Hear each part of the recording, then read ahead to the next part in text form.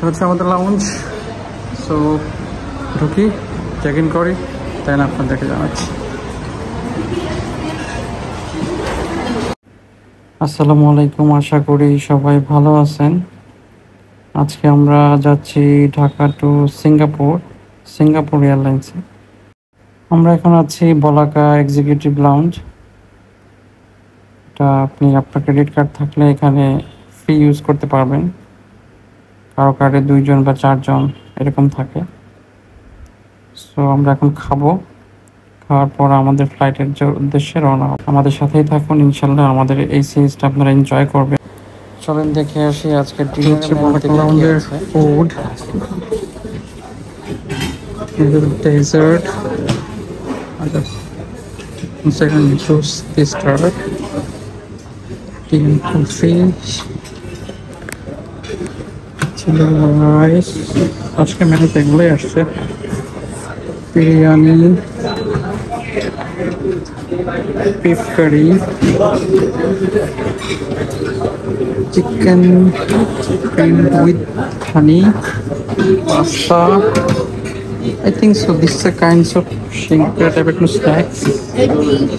And এটা হচ্ছে soft baby milk, maybe বানাস। বাচ্চার কাছে একটা আছে, এখানে পাহাড়ও আছে।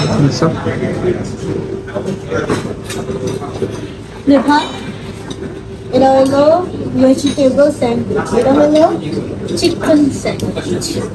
আমি চিকেন খাই, no healthy food.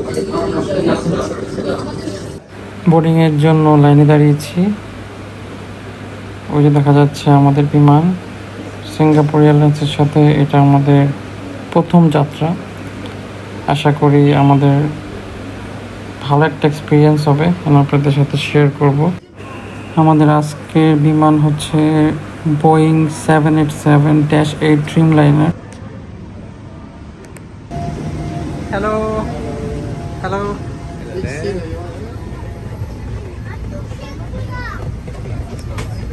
Thank you.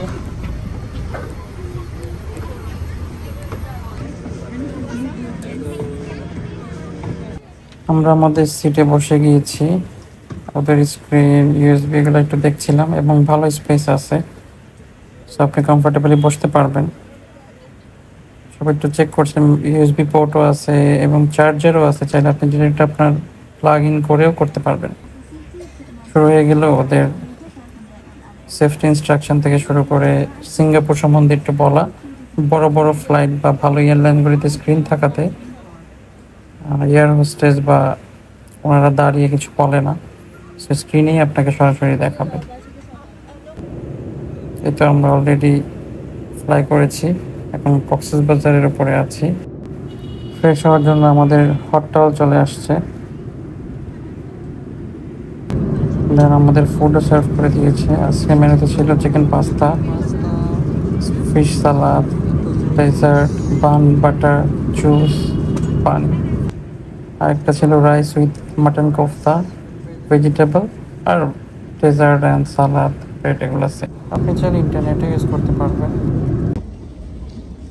টাঙ্গি অনেক বড়ই আসলে, বেশ বড়। চাইলে এখানে সামনে লাগেজ জমাও দেওয়া যায়, আপনি করতে পারবেন জমা দিয়ে।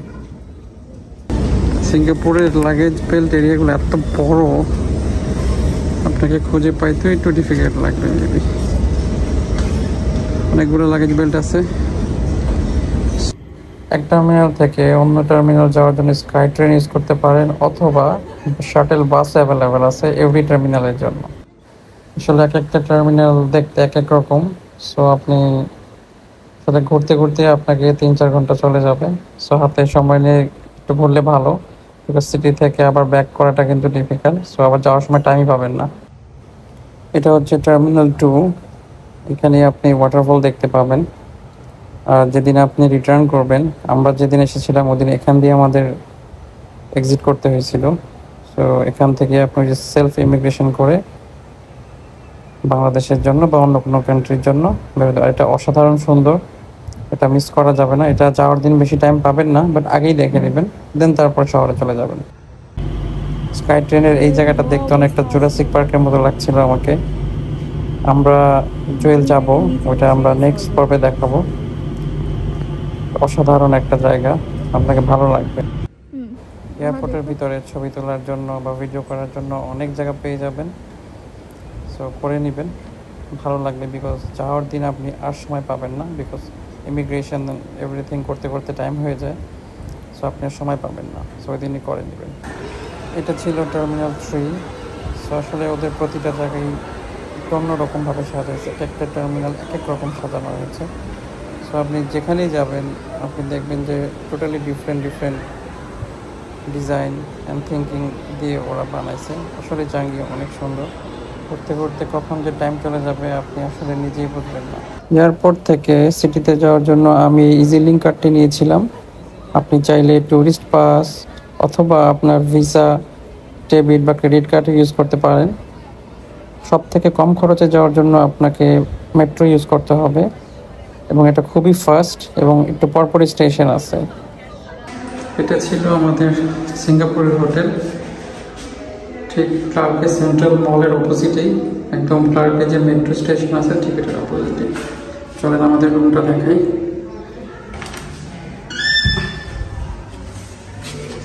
এটা ছিল আমাদের রুম, এটা ছিল ক্লোজেট, একটা সেফটি লকারও আছে। এটা ছিল আই থিঙ্ক সো, এটা ছিল বেসিন।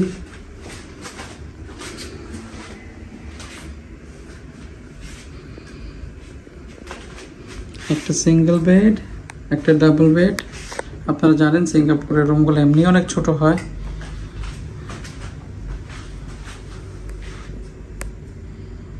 ছিল একটা ওয়ার্ক স্টেশন। জানি না ওদের বেসিন কেন বাইরে, ওয়াশরুমটা একটু দেখাই। ওয়াশরুমটাও একদম ছোট, একটা শাওয়ার জায়গা আছে, আর এই তো একটা ওয়াশরুম। সিঙ্গাপুরের সব রুম এরকম ছোট ছোট। এই তো, এই ছিল আমাদের সিঙ্গাপুরের হোটেল।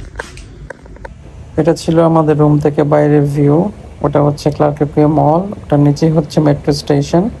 আমাদের হোটেলটা এই জন্যই নিয়েছিলাম, সাইডে ক্লার্কে কুয়ে নাইট লাইফ আছে, যেটা সিঙ্গাপুরে অনেক ফেমাস। আশা করি আমাদের ভিডিওটি ভালো লেগেছে। পরবর্তী পর্বগুলো দেখার জন্য অপেক্ষা